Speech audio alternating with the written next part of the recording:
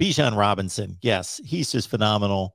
And every running back needs space. Every running back needs a push from the offensive line. They can't do it by themselves, obviously, 1-on-11. I would say from what little has been played this season that we've been able to gather, though, he needs probably less than anybody else does because of the power speed combination. It's phenomenal. And if Oklahoma has a big advantage in this game, that Texas offensive line is still pretty weak. And I don't know how you feel about Oklahoma's defensive front, how it's played. I know coming into the season that we were all bullish on how good the defensive front should be, but that could be a pretty strong advantage for the Sooners. Yeah, no, I think you're absolutely right, Mark. I think one of the keys I think to this game is Oklahoma is number 7 in the country against the run, a little bit over 79 yards per game. Texas is I think number 5 in the country in rushing offense at looks like around 224 yards if I've got this right. No, 265. They're averaging 265 per game on the ground. So whoever wins that battle, I think, is going to be a big indication on who's going to win the game. Oklahoma obviously hasn't seen a running back of Robinson's caliber thus far this year. Probably the closest they've seen to him, and he's completely different.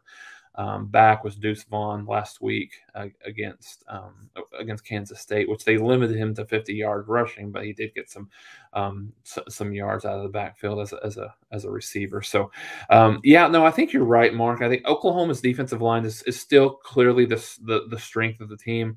They have they did not play well against Kansas State. For the first time, I felt like all year they didn't play well. They only got 1 sack, really only 1 quarterback hurry against against the team, just against that team last week against Kansas. So I think when you look at this, for this week, you mentioned the offensive line for Texas. Both offensive lines, just point blank, aren't good. Oklahoma is really struggling on the left side of the line. Left tackle, left guard has been a problem, continues to be a problem for them this year. Anton Harrison again, he'll show flashes of play where he's really good, and then he'll show flashes where he's just doesn't really act like he cares, doesn't act like he knows what's going on. They brought in Wanye Morris on Saturday against Kansas State. He came in, played equally as bad, so they had to put Anton Harrison back in the game. Left guard has been a little bit of a problem. Marquise Hayes has struggled, which he's not been anywhere close to, I think, what a lot of people thought was his potential coming into the season. So, I think those are 2 keys to the game for me, are 2 of the ones that I had circled is which offensive line can play better, protect their quarterback better, open up some running games open up some holes for the running game, and then who wins in terms who wins that line of scrimmage battle. To your point, I think Bijan Robinson doesn't need as much space, maybe as much as a Kennedy Brooks and an Eric Gray does from an Oklahoma perspective. So which one of those lines? Oklahoma's defensive line has really dominated the offensive line of Texas the last 2 years. I think combined, I think Oklahoma has had about 10 sacks in this game the last 2 years. Is that going to be, kind of the same thing that we see here on Saturday against Texas? I think those are some of the big questions that I have that will really, I think, lead to knowing who's going to win this game. Jason, what you stated there, and I know you don't take these comments lightly, or you are not quick to be critical of players. That's been my experience with you for a long, long time. For you to talk about the offensive line play, in particular players, yes, just not knowing their assignments, not knowing what's going on, not giving that kind of effort that's required. That seems shocking to me at a place like Oklahoma, where you would think because of the caliber of player that they bring in, because of the attention that's given to football all year round, And we're not talking about some non-scholarship player at a Division III school who doesn't really care. It's quite startling to hear that. It's baffling, Mark. I mean, it really is. I mean, and we had talked coming here in the fall before before the season started talking about, and we feel still ranked Oklahoma as the number one offensive line in the country. And we talked about that. I didn't quite think they were going to be that good, but I thought this was a top 10 offensive line in the country. Um, I'm not sure that they're in the top half of the Big 12 right now, the way they're playing it. And I don't put any of this on the head on Bill Bedenbaugh, offensive line coach. I think I think there's a combination of some things happening from what I've been able to see. Mark, I think I think this offensive line relied very heavily on Creed Humphrey from a communication perspective, and I think they have that missing this year with Andrew Rame. He's going to be good. I don't think he's not where he needs to be yet from a strength perspective. He's not where he needs to be yet from a communication perspective. So I think with that being said, the communication isn't where it always needs to be for Oklahoma. So a lot of times these kids they don't know where they're supposed to be, where they're always supposed to be going, where they're supposed to be reaching, what the entire flow of the offense. So I think that's one.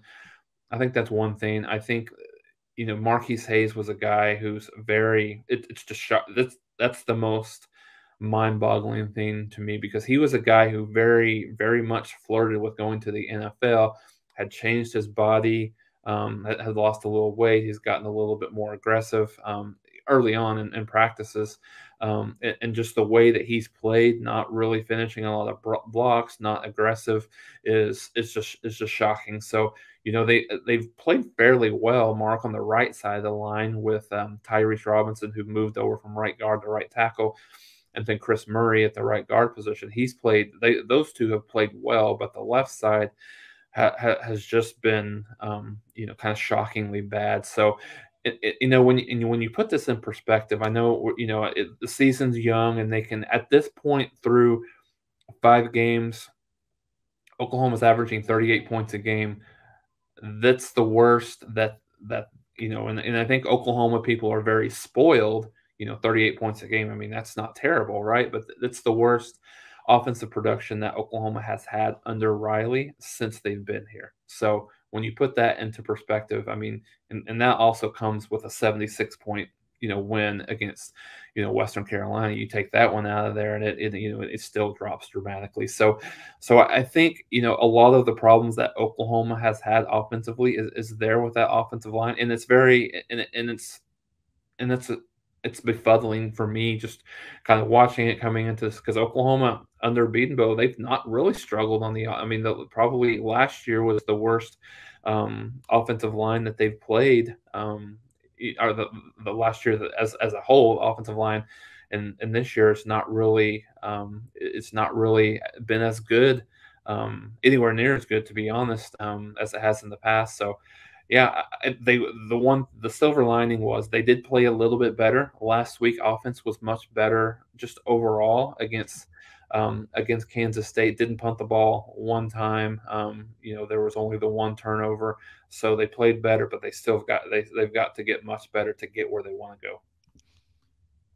You brought up Creed Humphrey, and I don't know that I have heard over multiple broadcasts a player on the offensive line pointed out and accolades given to him on a regular basis, and not for just being a dominant player and an individual player along the offensive line who's just great at their position and an All-American, and that's all there is to it. But in terms of what you just outlined, it would seem like every broadcast that I would watch Oklahoma football, 5, 6, 7 broadcasts a year, that I would hear it mentioned, discussed, and it confirmed about Creed Humphrey's value to the offensive line in all those other intangible ways in keeping the unit together, communicating, leading.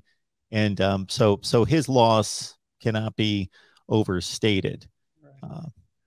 I think he's Mark. I think he's one of those kids where you don't really know what you've lost until he's gone, right? I mean, I think some of those things, that he's done for Oklahoma over the past 3-4 years is, I think the communication part of it probably was a little bit maybe understated. You know what you got from him from a strength perspective. You know you got what you got from him from a physicality perspective. So, but I think that the communication was something that obviously I think the coaches probably knew about that. But I think coming from a fan's perspective and just kind of watching that, that was one of the things that you just didn't realize on how much that he helped the rest of that group on the offensive line, and they're struggling with it right now.